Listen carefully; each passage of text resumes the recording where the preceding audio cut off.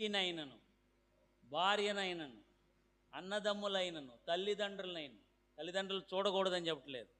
అయితే దేవుని వాక్యానికి అడ్డంగా ఉన్నారంటే, ఆటంకంగా ఉన్నారంటే వాళ్ళను విడిచిపెట్టాలి మనం. కాబట్టి మన ఇంటి వారే మనకు విరోధంగా లెగుస్తారు. తండ్రి కుమారుడికి వ్యతిరేకంగా లెగుస్తాడు, కుమారుడు తండ్రికి వ్యతిరేకంగా లెగుస్తాడు, తల్లి కుమార్తెకి వ్యతిరేకంగా లెగుస్తుంది. ఒక ఇంటి వాళ్ళే అమ్మా మత్తయి సువార్త 10వ అధ్యాయము 34 వచ్చింది. సమాధానము పంపవచ్చితనని తలంచుకుడి. యేసుప్రభు దగ్గరికి వస్తే అంత సమాధానం ఉంటుంది, సంతోషం ఉంటుంది అని అనుకుంటాము. కానీ ఏమంటున్నాడు? ఖడ్గమునే గాని సమాధానము పంపుటకు. ఖడ్గం ఏం చేస్తుంది? నరుగుతూ ఉంటుంది, ఒక్కొక్కరిని నరుగుతూ ఉంటుంది. చెప్పేవాడిని నరుగుతుంది, వినేవాడిని నరుగుతుంది. ఒక మనిషినికిని వాని తండ్రికిని, కుమార్తెకును, ఆమె తల్లికిని, కోడలికిని, ఆమె అత్తకును విరోధము పెట్టవచ్చి తిని. యేసుప్రభు ఏం పెట్టడానికి వచ్చాడు? విరోధం పెట్టడానికి వచ్చాడంట. సమాధానమును పంపిస్తానికి వచ్చాను అనుకుంటున్నారా మీరు? ఇప్పుడు ఒక కుటుంబంలో ఒక వ్యక్తి దేవుణ్ణి తెలుసుకున్నప్పుడు ఇప్పుడు ఏమవుతుంది? ఆ వ్యక్తి దేవునికి చెందినవాడు అవుతాడు. దేవుని ఎరగినటువంటి వాడు ఎవరికి చెందినవాడు? సాతానుకు చెందినవాడు. ఇప్పుడు ఒక ఇంట్లోనే ఏమవుతుంది? పోరాటం మొదలవుతుంది. తల్లి దేవుణ్ణి తెలుసుకొని ప్రార్థన చేస్తూ ఉంటే కుమార్తె ఏం చేస్తుంది? విచ్చలవిడి జీవితం జీవిస్తుంది. అప్పుడు ఏమవుతుంది? తల్లి చెప్పే మాటలు కుమార్తెకి ఏమంగా ఉంటాయి? కష్టంగా ఉంటాయి. అమ్మా నువ్వు ఈ విధంగా చేయకూడదు. మీకు ఇంతకుముందు కూడా చెప్పాను నేను. ఒక తల్లి తన కుమార్తె గురించి పాస్టర్ గారి దగ్గర చెప్తుంది. పాస్టర్ గారు, మా అమ్మాయి ఇట్లాగూ క్లబ్ డ్యాన్స్కి అంతా పోతుంది, క్లబ్ డ్యాన్స్ వేస్తుంది అంటే, అప్పుడు పాస్టర్ గారు ఏం చెప్పాడంట? నువ్వు దేవుని స్తుతించమ్మా అని చెప్పాడంట. స్తుతి నుండి శక్తి అని ఒక పుస్తకం ఉంది స్తుతిలో. అప్పుడు చెప్పగానే ఈమె ఇంటికి వెళ్ళి దేవునికి స్తోత్రం చెప్పిందంట. ప్రభువా, నా కుమార్తె ఇలాగ ఉన్నందుకు నీకు వందనాలు అని చెప్పింది. అప్పుడు ప్రార్థన ముగించుకొని బయటికి రాగానే వాళ్ళ కుమార్తె ఏమంది? హాయ్ మమ్మీ, నేను ఎక్కడికి వెళ్తున్నాను? క్లబ్కి వెళ్తున్నాను అని చెప్పేసి వెళ్ళిపోయింది. ఈమెకి ఇంకా దుఃఖం. సేవకుడు చెప్పాడు, స్తుతించమని చెప్పాడు, అయితే స్తుతించమని చెప్పినా కానీ నా కూతురు వెళ్ళిపోతుంది అన్న బాధతోటి ఏం చేసింది? ఇంకా దుఃఖంగా ఉందామె. ఆమె క్లబ్కి వెళ్ళి డ్యాన్స్ వేస్తూ ఉంది. సగం నిర్వాణంగా డ్యాన్స్ వేస్తుంటే ఆమె దగ్గరకు వచ్చే వాళ్ళందరూ ఏమంటారు? నీ శరీరం ఇలాగుంది, నీ కాళ్ళు బాగుండయి, నీ చేతులు బాగుండయి, నీ ఈ యొక్క నడుము బాగుంది అని అంతా వర్ణిస్తూ ఉండేవాళ్ళు. అయితే ఒక యవనస్తుడు ఆ దారిని వెళ్తూ ఉంటే ప్రభువు చెప్పాడంట, లోపలికి వెళ్ళి క్లబ్లోకి వెళ్ళి అక్కడ ఒక అమ్మాయి డ్యాన్స్ వేస్తూ ఉంటుంది, నేను ప్రేమిస్తున్నానని చెప్పు, యేసు ప్రభు నిన్ను ప్రేమిస్తున్నాడు అని చెప్పు అంటే అప్పుడు ప్రభువా, నేను ఎప్పుడు క్లబ్కి వెళ్ళలేదు, ఈ డ్యాన్సులు వేసే స్థలానికి అసలు వెళ్ళలేదు, నేను ఎట్ట ప్రభువా పోయేదంటే, నువ్వు చెప్పింది మాత్రం చెయ్యి అని చెప్పాడు. ఈ యవనస్తుడు వెళ్ళి ఆ అమ్మాయితోటి దగ్గరికి వెళ్ళి యేసు నిన్ను ప్రేమిస్తున్నాడు అని చెప్పేసి వెళ్ళి అక్కడ కుర్చీలో కూర్చున్నాడు. ఆ అమ్మాయి ఒక్క క్షణము బిత్తరపోయింది. అందరూ ఆమె యొక్క సౌందర్యాన్ని లేక అందాన్ని అందరూ చెప్పేవాళ్ళే, వర్ణించేవాళ్ళే. కానీ ఈమె దగ్గరికి మొట్టమొదటిగా ఒక వ్యక్తి వచ్చి ఏం చెప్పాడు? యేసు నిన్ను ప్రేమిస్తున్నాడు అని. వెంటనే తన తల్లి చేసిన ప్రార్థన జ్ఞాపకం వచ్చింది. కళ్ళల్లో నీళ్లు తన్నుకొని వస్తున్నాయి. వెంటనే బట్టలు వేసుకొని ఇంటికి వెళ్ళిపోయింది. హల్లెలూయా. వెంటనే ఇంటికి వెళ్ళిపోయి అమ్మా నన్ను క్షమించు, నేను నీకు విరోధముగా పాపము చేశాను, నేను తెలియక చేశాను, నన్ను క్షమించు అని చెప్పి వాళ్ళమ్మ పాదాలు పట్టుకొని క్షమాపణ అడిగింది. కాబట్టి మనం అనుకుంటాము, ఎలాగూ దేవుని యొక్క వాక్యము వలన వెలుగు వస్తుంది, వాక్యం చదివితే వెలుగు వస్తుంది. ఈ విలియం కేరీ ఏం చేశాడు, మన దేశం యొక్క పటం పేరు పెట్టుకొని ఇండియా మ్యాప్ పెట్టుకొని ఆయన ప్రార్థన చేయటం మొదలుపెట్టాడు. ప్రార్థన చేస్తున్నప్పుడు మార్కు సువార్త 16వ అధ్యాయము వచనం, మార్కు సువార్త 16వ అధ్యాయము 15వ వచనం. మరియు మీరు సర్వలోకమునకు వెళ్ళి సర్వ సృష్టికి సువార్తను ప్రకటించుడి. చాలుమా, చాలు. మరియు మీరు వెళ్ళి సర్వలోకమునకు వెళ్ళి సర్వ సృష్టికి సువార్తను ప్రకటించుడి. ఈ మాట విలియం కేరీ ఆ పాస్టర్స్ మీటింగ్లో చెప్పినప్పుడు, అప్పుడు అక్కడ దర్గారు ఉన్నాడు పెద్ద ఆయన అన్నాడు, దేవుడు ఇండియాకి ఎవరినైనా పంపించదలుచుకుంటే దేవుడు తన ఆత్మ ద్వారా పెంతెకోస్తు దినాన పరిశుద్ధాత్మను కుమ్మరించి ఎలాగూ వాళ్ళందరూ సువార్తను మోసుకొని పోయారో అలాగే మోసుకొని పోతారు అని చెప్పాడంట. ఆయనకి చాలా నిరుత్సాహం, ఏంట్రా ఇట్లా చెబుతున్నాడని చెప్పేసి. అప్పుడు ఆయన ఒక వాక్యం చదివాడు, లూకాసు వార్త 4వ అధ్యాయము, లూకాసు వార్త 4వ అధ్యాయము 18వ వచనం చదువుకుందాం. ప్రభువు ఆత్మ నా మీద ఉన్నది, బీదలకు సువార్త ప్రకటించుటకై. చాలుమా. ఇక్కడ యేసు ప్రభువు సమాజ మందిరంలోనికి ప్రతిదినము ఆ యొక్క సబ్బాతు దినమందు వాక్యము చదవటానికి సమాజ మందిరానికి వెళ్ళేవాడు. మనకు కూడా ఇదే అలవాటు అనమాట. ఆదివారం నాడు దేవుని యొక్క సన్నిధికి వెళ్ళటం అనేది అది ఒక ఆనవాయితీ, దేవునితో గడపటం. 6 దినాలు మనం పనిచేసి 7వ దినాన మనం ఏం చేయాలి, దేవుని యొక్క సన్నిధికి వెళ్ళాలి. ఆ విధముగా మనకి విశ్రాంతి దొరుకుతుంది, మనకి నెమ్మది వస్తుంది, సంతోషం వస్తుంది, సమాధానం వస్తుంది. దేవుని యొక్క సన్నిధిలో ఒక దినము గడుపుట 1000. కాబట్టి దేవుని యొక్క సన్నిధిలో సంతోషము సమాధానం ఉన్నది. అందుకనే మనము ఇక్కడ ఈ విధంగా కూడుకుంటున్నాం. ఇక్కడ ఏమున్నది, బీదలకు సువార్త. ప్రభు యొక్క ఆత్మ వచ్చినప్పుడు, ప్రభు ఆత్మ నా మీద ఉన్నది, బీదలకు సువార్త ప్రకటించుటకై. ప్రభువే ఆత్మ. ఎక్కడుంది అది? రోమీలకు రాసిన పత్రిక 8వ అధ్యాయము 21వ వచనము. రోమీలకు రాసిన పత్రిక 8వ అధ్యాయము 23వ అధ్యాయము 17వ వచనం. ప్రభువే ఆత్మ, ప్రభు యొక్క ఆత్మ ఎక్కడ ఉండునో అక్కడ స్వాతంత్ర్యం ఉండును. ఎంతమంది అయితే దేవుని యొక్క ఆత్మ నడిపించబడతారో వారందరూ దేవుని కుమారులై ఉన్నారని దేవుని యొక్క వాక్యం చెప్తున్నది. ఇక్కడ ప్రభు ఆత్మ నా మీద ఉన్నది. దేవుని యొక్క ఆత్మ మన మీదకి వచ్చినప్పుడు ఆయన మొట్టమొదటిగా చేసేటువంటి పని ఏంటి, ఆయన పాపమును గూర్చియు నీతిని గూర్చియు ఒప్పింపజేయును. అంతేనా? యోహాను సువార్త 14వ అధ్యాయము చదువుదామా. యోహాను సువార్త, మీతో సత్యము చెప్పుచున్నాను, నేను వెళ్ళిపోవటం వలన మీకు ప్రయోజనకరము, నేను వెళ్ళని ఎడల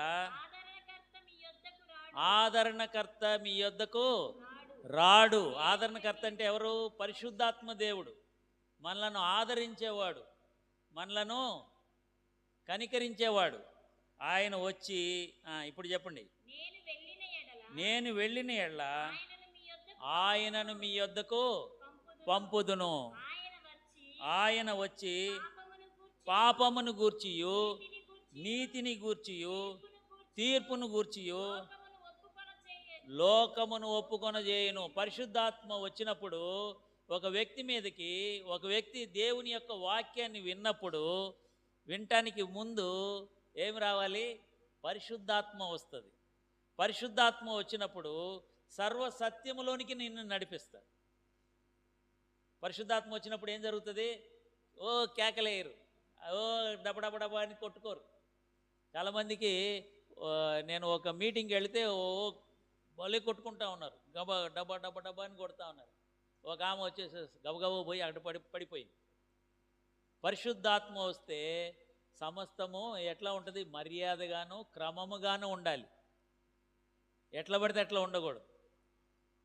ఆత్మ చేత నడిపింపబడినప్పుడు ఆత్మ, పరిశుద్ధాత్మ మిమ్మల్ని నడిపిస్తుంది. అంతేగాని మీ ఇష్టం వచ్చినట్టు మీరు చేయకూడదు. ఆత్మ వస్తే కేకలే వేయటం అని. దేవుని స్తుతించడం వేరే, కేకలు వేయటం వేరే. ఇప్పుడు మీకు ఒక చిన్న ఉదాహరణ చెప్తాను. నీ యొక్క ఆత్మ ఎక్కడ ఉంటుందో అక్కడ విడుదల ఉండును, స్వాతంత్రము ఉండును.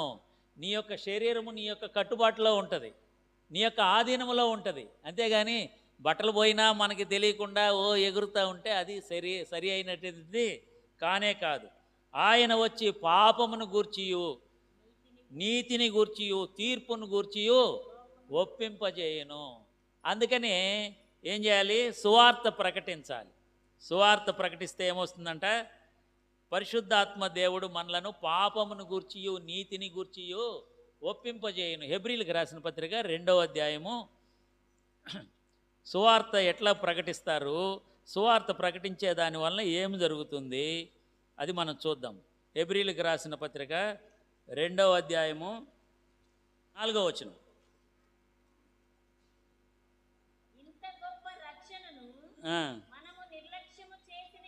చేసిన ఎడల ఎలాగూ తప్పించుకుందాము? అట్టి రక్షణ ప్రభువు బోధించుట చేత ఆరంభమై. ఓకే ఇక్కడ చాలు. అట్టి రక్షణ ప్రభువు బోధించుట చేత ఆరంభమై దేవుడు తన చిత్తానుసారంగా చేసిన సూచక్రియల చేతను, అద్భుతముల చేతను, వివిధములైన పరిశుద్ధాత్మ వరములను అనుగ్రహించడం చేతను వారితో కూడా సాక్ష్యమిచ్చుచుండగా. సువార్త ఎలాగొస్తుందంట? సువార్త ఎలాగొస్తుందమ్మా? అట్టి రక్షణ ప్రభువు బోధించుట చేత ఆరంభమై. అందుకనే ప్రభు ఆ వాక్యం చదివినప్పుడు ఏమంటున్నాడు? బీదలకు సువార్త ప్రకటించుడి, బీదలకు సువార్త ప్రకటించుడి. ఇంకా ఏం చెప్తున్నాడు? సువార్త ప్రకటించేటువంటి వలన ఏమొస్తుందంట? ఏమొస్తుంది? సువార్త వినటం వలన ఏమొస్తుంది? విశ్వాసం వస్తుంది. విశ్వాసం వలన ఏమొస్తుంది? కాగా వినుట వలన విశ్వాసము కలుగును. వినుట క్రీస్తును గూర్చిన మాట వలన కలుగును. సువార్త అంటే ఏంటి? సువార్త 4 సువార్తలు రాయబడినవి, ఇంకా చాలా సువార్తలు రాయబడినవి. అయితే పరిగణలోనికి తీసుకున్నటువంటి సువార్తలు 4 మత్తయి, మార్కు, లూకా, యోహానా. సువార్తలు ప్రకటించటం వలన ఏం జరుగుతుందంట? విశ్వాసము వచ్చును. విశ్వాసం వస్తే దేని గురించి వస్తుందంట? యేసు ప్రభువుని గురించినటువంటి మాట వలన కలుగుతుంది. కాబట్టి మనుషులు విశ్వాసము, మనం ఎప్పుడైతే విశ్వాసిస్తామో అప్పుడు ఏమొస్తుంది? మనకి రక్షణ వస్తుంది, మారు మనసు వస్తుంది. లేకపోతే ఏమొస్తుంది? ఏమి రానే రాదు, ఎంతకాలమైనా వినొచ్చు. ఒక ఆమె ఉంది, ఆమె పేరు లూదియా. ఆమె దైవభక్తి కలిగినటువంటి స్త్రీ. ఎవరామె? చాలా దైవభక్తి కలిగినటువంటి స్త్రీ. అపోస్తుల కార్యములు 17వ అధ్యాయంలో ఉంది, దాన్ని చూద్దాం. ఆమె ఎటువంటిదంట? ఆమె దైవభక్తి కలిగినటువంటి స్త్రీ.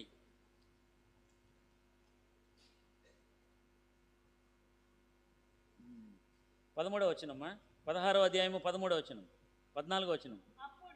అప్పుడు ఒక స్త్రీ వినుచుండెను. ఆమె ఊదారంగ పొడిని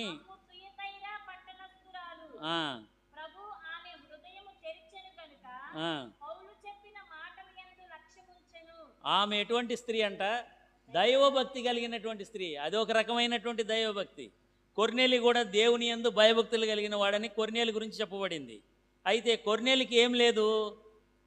రక్షణ లేదు, మారు మనసు లేదు. ఇక్కడ లూదియా కూడా దైవభక్తి కలిగినటువంటి స్త్రీ. ఒకవేళ దాన ధర్మాలు చేసిందేమో, ఒకవేళ దానాధార ఇతరులకు ఏమైనా సహాయం చేసిందేమో. నీతి కార్యాలు, మన యొక్క నీతి కార్యాలు ఏంటయ్యి? దేవుని యొక్క దృష్టిలో మురికి గుడ్డలు. మన యొక్క నీతి కార్యాలు అంటే మనం ఇతరులకు మేలు చేయటము, ఇతరులకు దాన ధర్మాలు చేయటము, ఇతరులకు ఆహారం ఇవ్వటము, ఇవన్నీ ఏంటంటే మనుషుని యొక్క నీతి. అయితే దేవుని యొక్క నీతి ఉంది. అది దేవుని యొక్క నీతి ఉంది. ఏంటది? సువార్త సువార్త ద్వారా నీతి మనకు కలుగుట. ఇక్కడ లూదియా అనేటువంటి స్త్రీ ఉంది, దైవభక్తి కలిగినటువంటి స్త్రీ. ఆమె వింటుంది, అయితే ఆమెకి ఏం లేదు, ఆమె యొక్క హృదయము తెరవబడలేదు. దేవుడే ఆమె యొక్క హృదయం తెరిచి ఆ యొక్క వాక్యము ఆమె యొక్క హృదయంలోనికి పోయినప్పుడు ఆమె ఏం చెప్తుంది? మీటింగ్ అయిపోయిన తర్వాత, నేను దైవ భక్తి కలిగినటువంటి దాన్ని ఎంచితే, నేను ప్రభువునందు విశ్వాసము గలదాన్నని మీరు ఎంచితే నా ఇంటికి వచ్చి ఉండుడని ఆ పౌలు గారితో చెప్తుంది. విశ్వాసం గలదాన్ని ఆమె ఏమి చేసింది?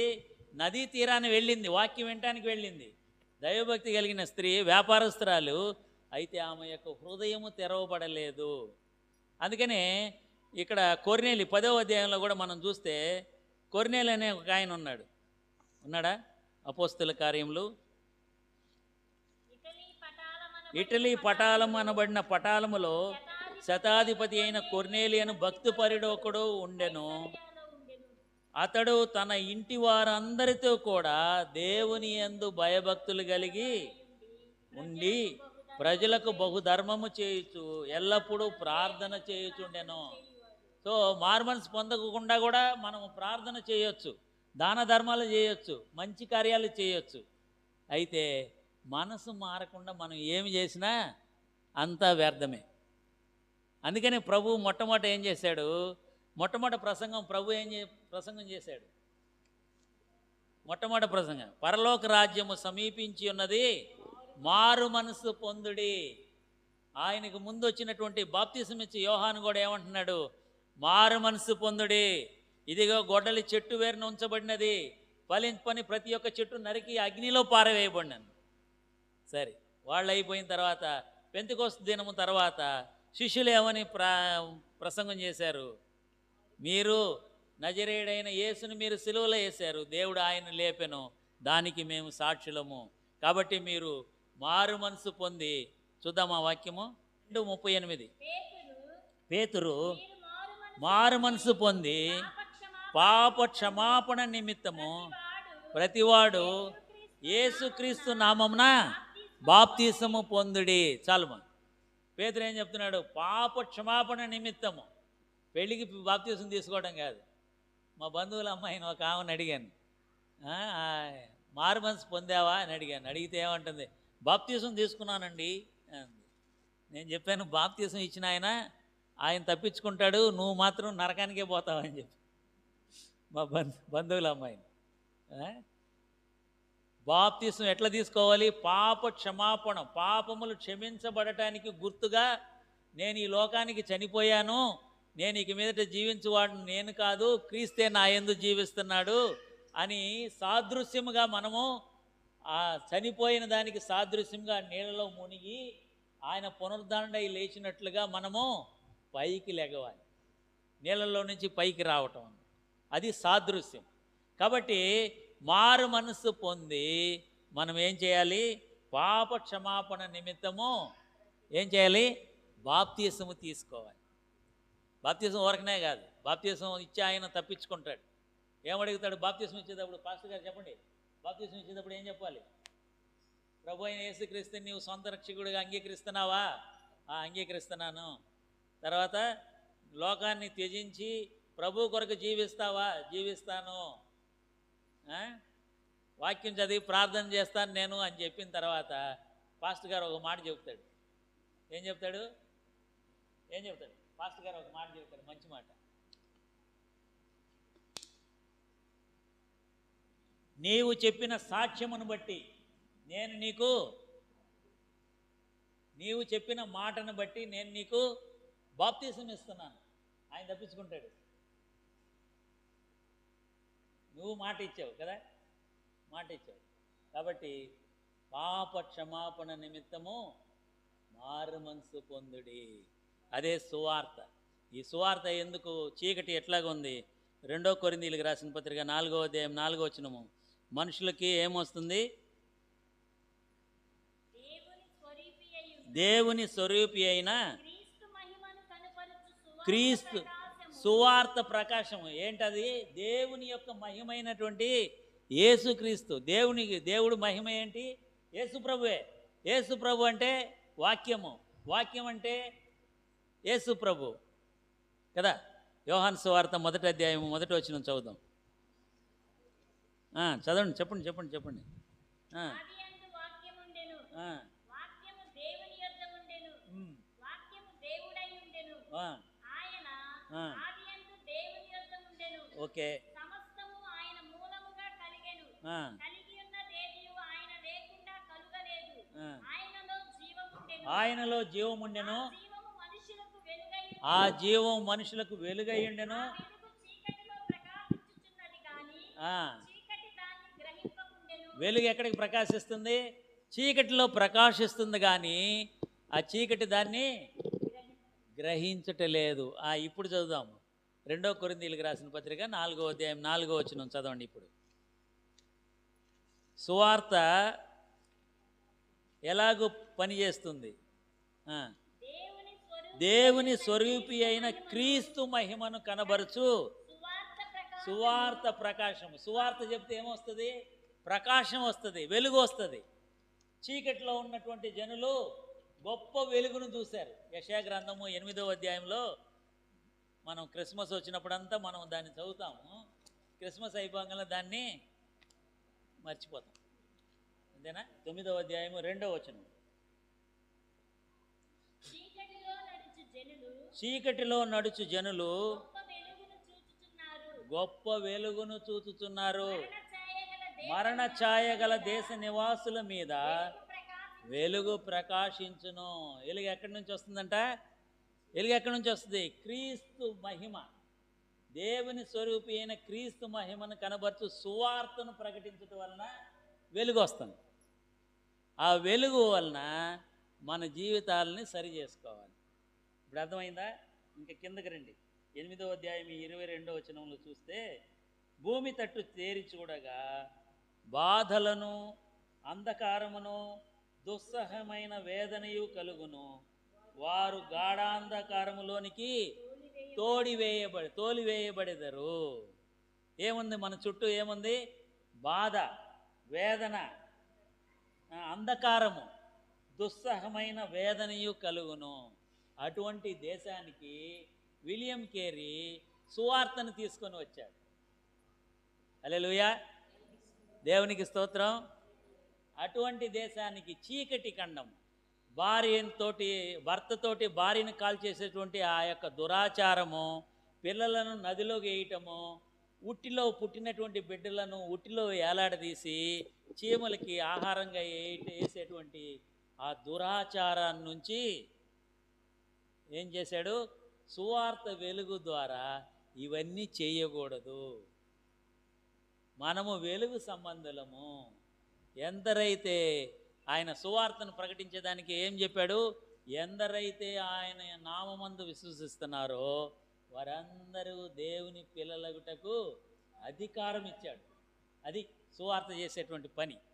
అందుకనే యేసు ప్రభు చదివినటువంటి మాట ఏంటి? పేదలకు సువార్త ప్రకటించుడి. సువార్తను ప్రకటిస్తే ఏమొస్తుంది? వెలుగు వస్తుంది. వెలుగు వచ్చిందంటే మనలో ఉన్న చీకటంతా వెళ్ళిపోతుంది.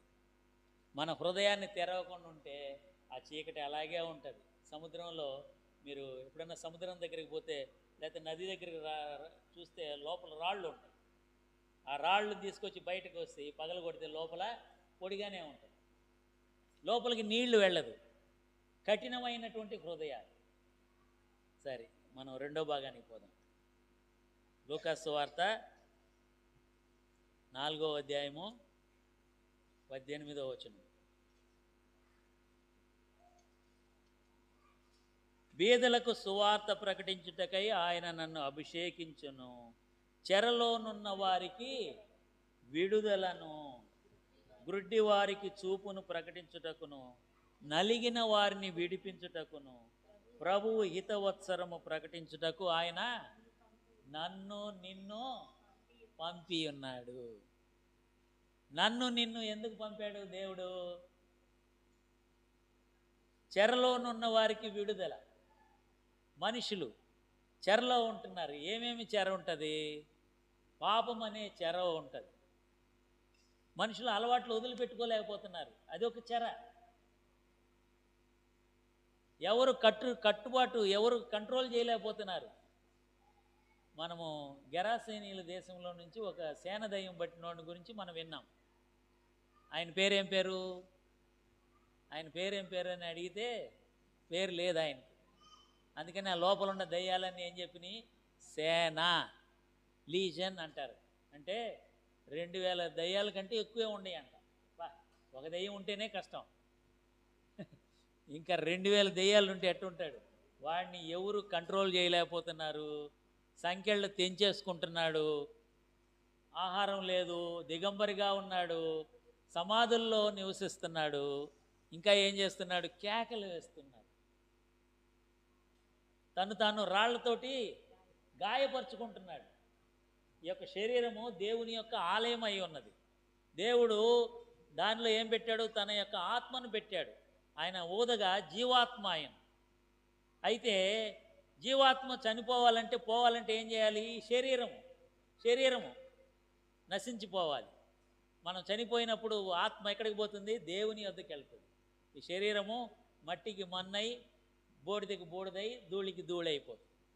కాబట్టి ఈ శరీరాన్ని నాశనం చేస్తే మనిషి చనిపోతాడు, అతడు నాశనం అయిపోతాడు దేవుణ్ణి తెలుసుకోకుండా. అందుకని ఏం చేస్తున్నాడు? రాళ్లతోటి తను తాను గాయపరుచుకుంటున్నారు. ఈ దినాల్లో తాము గాయపరుచుకుంటున్నారు. త్రాగుడు, సిగరెట్లు, ఇప్పుడు గంజాయి బాగా దొరుకుతుందంట. గంజాయి ఏమవుతుంది? గంజాయి దేని మీద పనిచేస్తుంది? నరాల మీద పనిచేస్తుంది. తర్వాత ఏమవుతుంది? నరాలు ఏమి పట్టు ఉండవు, దేనికి పనికి రాకుండా పోతాడు, ఏమి ఆలోచిస్తాడో తెలియదు.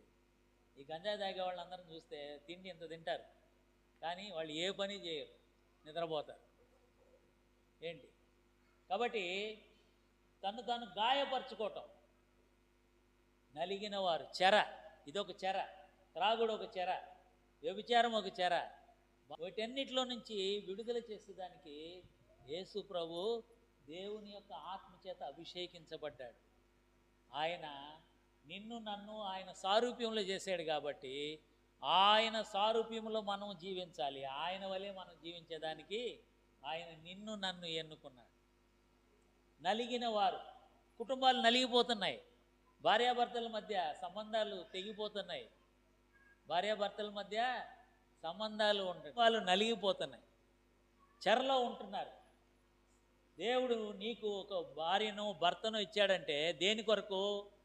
కుటుంబంలో ఇద్దరు కలిసి ప్రార్థించేదానికి. ఎక్కడ 2-3 నా నామమున కూడి ప్రార్థన చేస్తారో వారి మధ్య ఉంటాను, వారు చేసే ప్రతి ప్రార్థన నేను ఆలకిస్తానన్నాడు.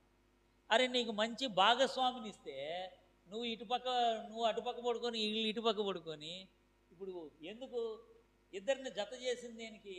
దేవుడే చెప్పాడు, దేవుడు జతపరిచిన వారిని మనుషులు వేరు చేయకూడదు. ఎంత దుఃఖము! అరే, అట్లా మంచిది కాదురా అని చెప్తున్నాం. ఆ పిల్ల నా మాట వింటలేదంట, ఈ పిల్ల ఏమంటుంది? నా మాట వింటలేదు ఆయన.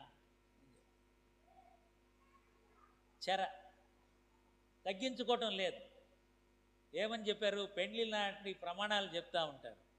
నీవు నీ భర్తకు లోబడాలి, నీవు నీ భార్యని ప్రేమించాలి. ఒక అమ్మాయి ఒక అబ్బాయి ఇద్దరు అట్లా వాక్యం విన్నారంట. ఆ అమ్మాయి ఏం చెప్తుంది? మొట్టమొదటి నువ్వు ప్రేమించు, నేను అప్పుడు లోబడతాను అంటుంది. వాడేమంటున్నాడు? నువ్వు లోబడు, నేను నిన్ను ప్రేమిస్తాను. ఎంత వేదన కుటుంబంలో! అరే, దేవుడు మిమ్మలను ఏక శరీరముగా చేశాడు కదా. ఏక శరీరం అంటే సగం. మామూలుగా శివుడి గురించి ఏం చెప్తారంటే అర్ధనారీశ్వరుడు అంటే శివుడిలో సగం పార్వతి ఉందని చెప్తారు. అలాగే ఈ 2 శరీరాలు ఏక శరీరం అని చెప్పాడు దేవుడు. నేను చెప్పట్లేదు, దేవుని యొక్క వాక్యం చెప్తుంది. ఒక శరీరముగా ఉండవలసిన వాళ్ళు ఎవరికి వాళ్ళే వేరుగా ఉంటున్నారు. చెర. సాతానుడు ఏం చేస్తాడు? చెరపడతా ఉంటాడు. నువ్వు ఇటే ఉండు, నువ్వు మాత్రం లోబడిపోదు, నువ్వు మాత్రం నీ భార్య వచ్చి లోబడేంత వరకు నువ్వు ప్రేమించవద్దు అని ఎవరికి వాళ్ళనే వేరుగా చెరలో ఉన్నటువంటి వాళ్ళని విడుదల చేయటం దేవుని యొక్క వాక్యముని మనము ప్రకటించవలసి ఉంది. ఇంకా ఏముంది? నలిగినటువంటి వారు. హృదయంలో వేదన, భార్యని సూటిపోటి మాటలు మాట్లాడటం. స్త్రీలు కూడా తక్కువేం కాదులేండి. ఆ? నా భార్య కూడా అంటా ఉంటుంది, ఊరకనే కదా ఉండవు నువ్వు.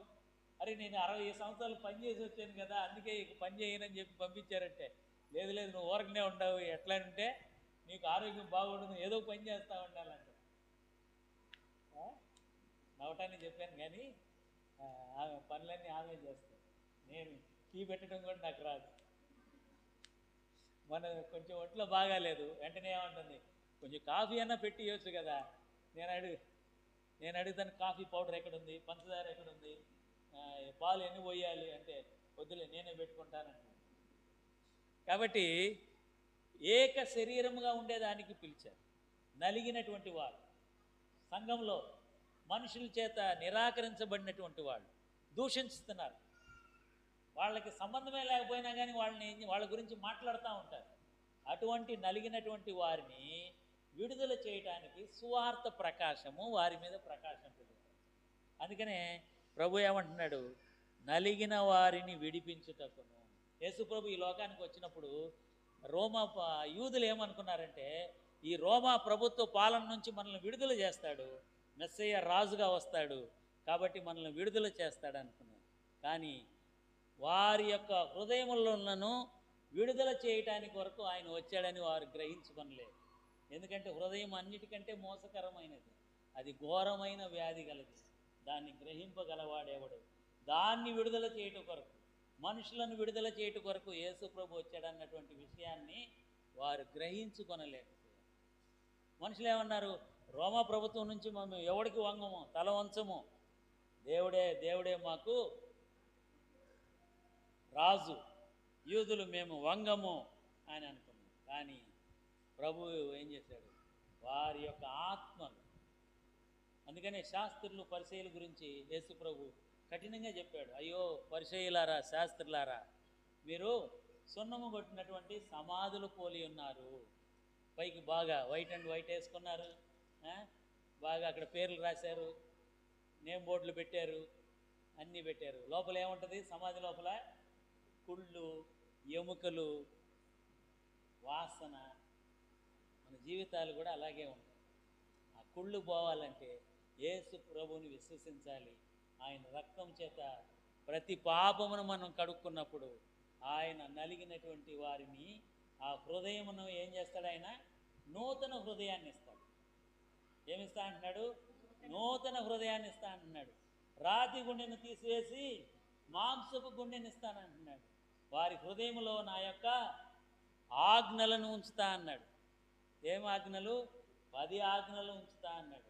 అందుకని 119వ కీర్తనలో ఏమంటాడు, నేను పాపం చేయకున్నట్లు నీ యొక్క వాక్యం నా హృదయంలో ఉంచుకొని ఉన్నాను. వాక్యం హృదయంలో ఎవరి హృదయంలో ఉంటాయో వాళ్ళు పాపము చేయరు. ఎవరికైతే వాక్యము హృదయంలో ఉండదో సులభంగా పాపంలో పడిపోతారు. ఈ బైబిల్ ఏం చేస్తుందంటే, ఈ వాక్యం నిన్ను పాపము చేయకుండా ఆపివేస్తుంది.